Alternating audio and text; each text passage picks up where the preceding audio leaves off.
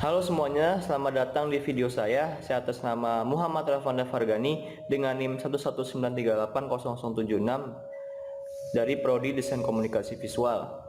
Di sini saya akan mempresentasikan jawaban yang saya berikan pada tugas mata kuliah Manajemen Desain. Berikut adalah jawaban-jawaban yang akan saya presentasikan. Terima kasih.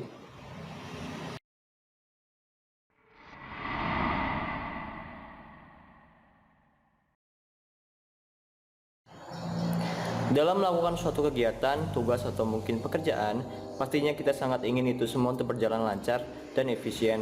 Namun seringkali hal tersebut tidak berjalan baik karena kurangnya perencanaan dalam pengaturan waktu atau komitmen. Ini bisa terjadi karena kemampuan kita dalam manajemen masih terbilang kurang. Karena dengan adanya manajemen sendiri, suatu hal dapat dilaksanakan dengan lebih efisien dan efektif apabila terencana dengan sangat baik.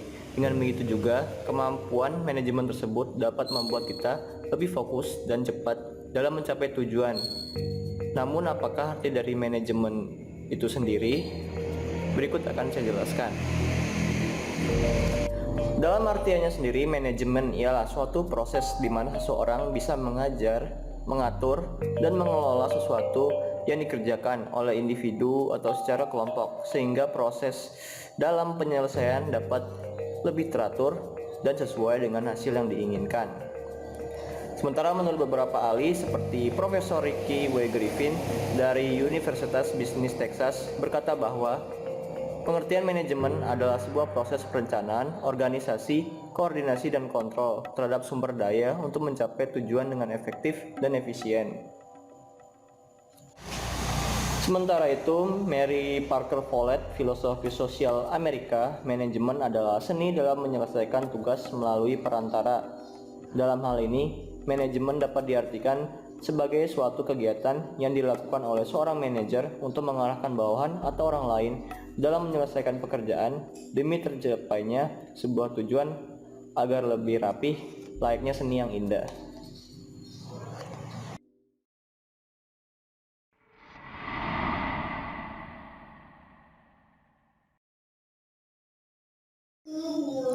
Untuk konsentrasi dalam bidang manajemen, konsentrasi terbagi dalam beberapa bidang yang semuanya memiliki fokus tersendiri, sebagaimana yang akan saya sampaikan sebagai berikut. Untuk yang pertama ada manajemen pemasaran.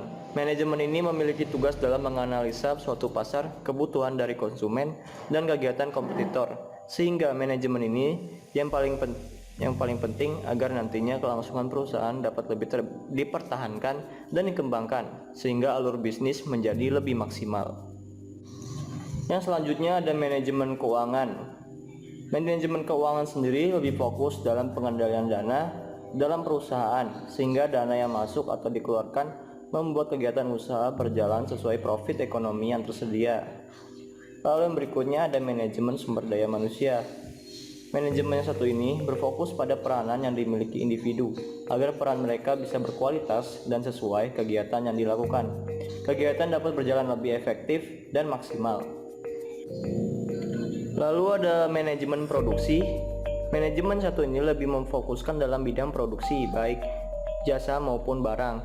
Pihak manajemen melakukan pertimbangan dari berbagai keputusan dan perencanaan yang berkaitan dengan produksi barang dan jasa, sehingga mampu menghasilkan produk yang standarnya mulai dari bahan sampai tahap penyelesaian produksi. Lalu selanjutnya ada yang terakhir, ada manajemen strategis, dan manajemen yang satu ini berperan dalam penyesuaian rencana dan tujuan perusahaan agar sesuai dengan rencana perusahaan bagaimana ke depannya, sehingga manajemen yang satu ini seringkali ikut dalam penyelesaian berbagai macam aktivitas yang terdapat di dalam perusahaan.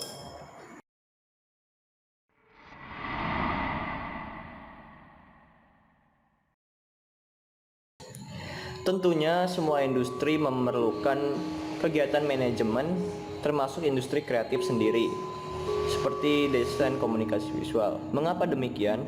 Dengan adanya manajemen pada industri kreatif, kegiatan dapat berjalan sesuai rencana dan berkembang terus-menerus.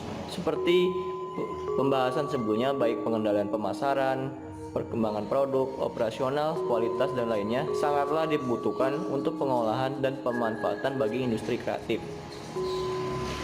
Seperti misalnya dalam periklanan, suatu perusahaan memerlukan rencana agar produk mereka dapat dikenali dan diminati banyak orang, yaitu dengan menyusun sebuah ide iklan yang menarik bagi konsumen.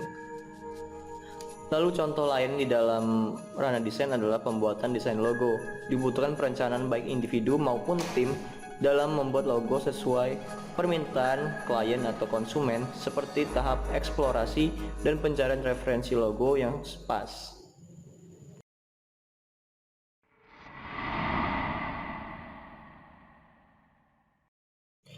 Dalam pembangunan manajemen yang baik, tentunya ada unsur-unsur yang membangun hal tersebut. Di antaranya adalah manusia, uang, material, mesin, metode, dan pasar. Unsur-unsur tersebut sangatlah berkaitan satu sama lain. Pada unsur manusia sendiri, manusia merupakan unsur paling penting dalam kegiatan manajemen untuk membuat perencanaan dan fokus akan tujuan yang akan dicapai. Bila tidak ada manusia, kegiatan manajemen tidak akan ada. Lalu ada uang. Selain manusia, uang juga merupakan unsur penting lainnya, di mana tentunya kegiatan manajemen membutuhkan dana agar kegiatan operasional tetap berjalan. Selanjutnya ada material, yang dimana unsur ini merupakan penentu kualitas suatu perusahaan. Karena dengan kualitas material, perusahaan yang baik tentunya akan berjalan lancar kegiatan manajemen yang dilaksanakan. Begitupun sebaliknya. Lalu ada mesin. Mesin merupakan unsur yang sangat diperlukan, terutama dalam hal menyelesaikan produktivitas, mempercepat dan mempermudah suatu pekerjaan agar perencanaan manajemen dapat dilakukan dengan lebih efektif. Lalu selanjutnya ada metode. Dengan unsur ini, kegiatan manajemen dapat lebih terencana dan berjalan strategis dengan mempertimbangkan waktu, fasilitas, uang, dan lainnya. Maka kegiatan manajemen akan berjalan sesuai rencana yang diharapkan. Lalu yang terakhir adalah pasar. Pasar juga merupakan penentu bagaimana perusahaan akan berkembang. Bila manajemen berjalan dengan baik, dengan menganalisis konsumsi pasar dan dikenal atau tidaknya suatu perusahaan.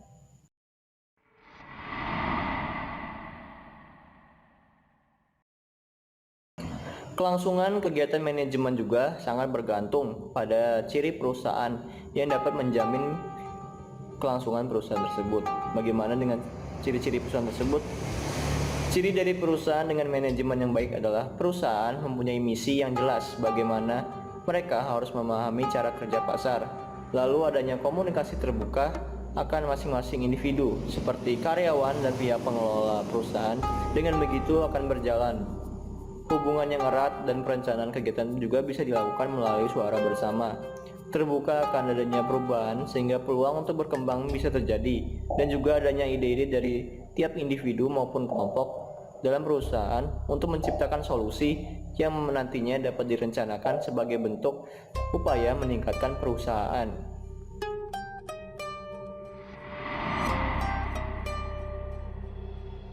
Untuk standar manajemen yang baik sendiri, terdapat beberapa hal khusus yang membuat kegiatan perencanaan menjadi efektif, seperti perlunya konsistensi dalam melakukan manajemen, memberi masukan dan saran yang pas, dan teguran apabila terjadi kesalahan bagi pihak pengelola perusahaan, dan menetapkan tujuan dan dorongan kegiatan untuk dilakukan secara bersama, lalu tidak menyamaratakan tiap individu maupun kelompok, karena masing-masing memiliki kemampuan dan keunikan yang berbeda.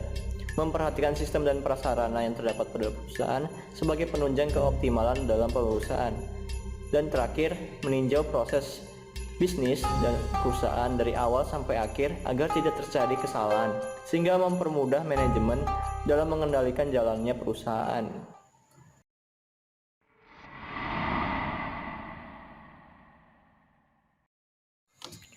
Banyak perusahaan di dunia yang terus berkembang dan semakin maju. Ini dikarenakan kemampuan manajemen mereka yang sangat baik.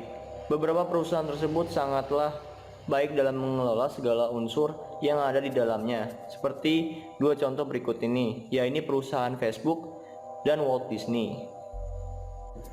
Facebook merupakan jaringan media sosial yang diluncurkan pada Februari 2004 oleh Mark Zuckerberg dan teman-teman perkuliahannya. Mark sangat konsisten dalam pembuatan jaringan sosial ini. Bahkan di waktu kuliahnya, dia bisa mengelola waktu yang tepat untuk meneruskan programnya ini hingga sukses menjadi salah satu perusahaan terbesar di dunia sampai sekarang. Tapi tidak hanya itu juga, kemampuan Mark dalam mengelola dan mengatur unsur-unsur dalam manajemennya sangatlah baik, seperti mengharuskan para karyawan untuk tetap fokus, namun tetap diperbolehkan beristirahat apabila sudah merasa lelah, menerima kritik dan saran dari anggota untuk memunculkan inovasi baru, dan berani mengambil resiko seperti membeli WhatsApp dan Instagram, yang mana hal ini membuat Facebook semakin jaya. Lalu berikutnya ada perusahaan Walt Disney yang dikenal karena taman hiburan, film, dan media lainnya. Walt Disney sendiri tercipta dari dua bersaudara, yakni Walt Disney dan Roy Disney pada tahun 1923. Keduanya saling bekerja sama untuk perencanaan, seperti Walt Disney yang bertugas mengatur strategi dalam hal produksi dan pemasaran, sementara kakaknya Roy Disney membantu dalam pengelolaan keuangan dan jalannya perusahaan. Keduanya dikenal sangat konsisten dengan urusan mereka masing-masing hingga keduanya berpisah karena Walt Disney ingin membuka taman hiburan tentang dunianya. Hal tersebut sangatlah berisiko menurut Roy karena kemungkinan akan gagal. Namun karena Walt dikenal sebagai seorang yang berani mengambil resiko, ia mulai membangun perusahaan taman hiburannya tersebut, dibantu oleh orang-orang kreatif dan penuh seni yang ia rekrut. Ia juga dikenal dengan sangat menerima kritik dan saran dari bawahannya, sehingga terciptalah berbagai gagasan dan ide menarik yang membuat taman hiburan Walt Disney beserta media lainnya populer sampai sekarang. Jadi itulah pembahasan jawaban saya mengenai tugas dari mata kuliah manajemen desain. Bila ada kesalahan kata, saya mohon maaf. Saya pamit undur diri. Assalamualaikum warahmatullahi wabarakatuh.